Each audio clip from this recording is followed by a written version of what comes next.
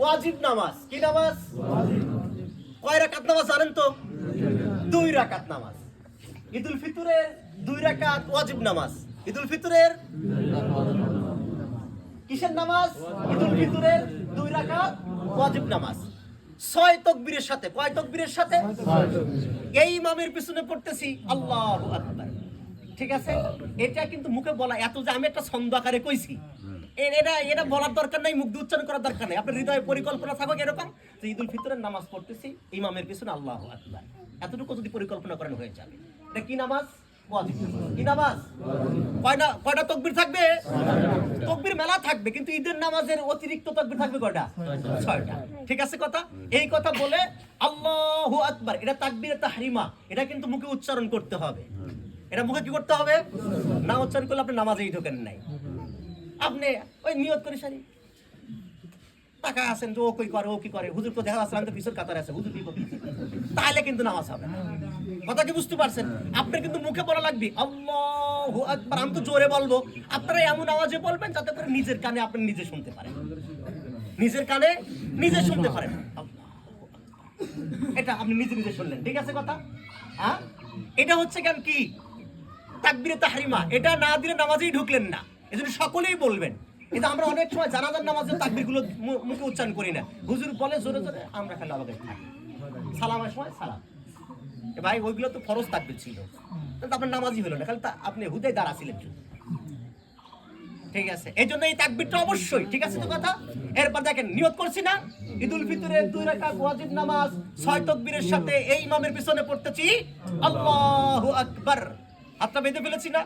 এবারে সানা, এই যে আমরা নামাজের মধ্যে পড়ি না সুবহানাকাল্লাহুম্মা ওয়া বিহামদিকা ওয়া তাবারাকা ইসমুকা ওয়া তাআলা জাদ্দুকা ওয়া লা ইলাহা গায়রুক, যে সানাটা পড়ি না, এই সানাটা এটা হচ্ছে গান পড়বেন। ঠিক আছে? পড়ার পরে শেষ ইমাম সাহেব এরপরে তাকবীর বলবেন আল্লাহ, সানা পড়ে কিন্তু। ঠিক আছে? হাত কিন্তু আল্লাহু আকবার, দেখছেন হাত তুলেছে, আল্লাহু আকবার, হাত ছেড়ে দিবে। এই যে অতিরিক্ত তাকবীর ছড়াটা তার মধ্যে একটা দিলাম। ঠিক আছে? আল্লাহু আকবার, দুটো হয়েছে না? আল্লাহু আকবার। এবার কিন্তু 3য় নম্বর তাকবীরের হাতটা আবার কি করলাম? বাঁধতে হলো। ঠিক আছে? বাঁধছি। ঠিক আছে ভাই? এরপরে আপনাদের চুপ থাকা। আমি ইমাম সাহেব যিনি থাকবেন, যিনি কিরাত করবেন, ওই কিরাত আপনারা শুনবেন। শোনা আপনার উপরে ওয়াজিব, আপনার পড়া ওয়াজিব। আপনারা যত মুসল্লি মুক্তাদি, আপনার শোনা কি ওয়াজিব। এই জন্য ইমাম সাহেব কিরাত পড়বে, সূরা ফাতিহা পড়বে, এরপরে মানে সূরা লাগাবে, এরপরে রুকুতে যাবে, সবগুলো আগের নামাজের মতোই চলবে। ঠিক আছে?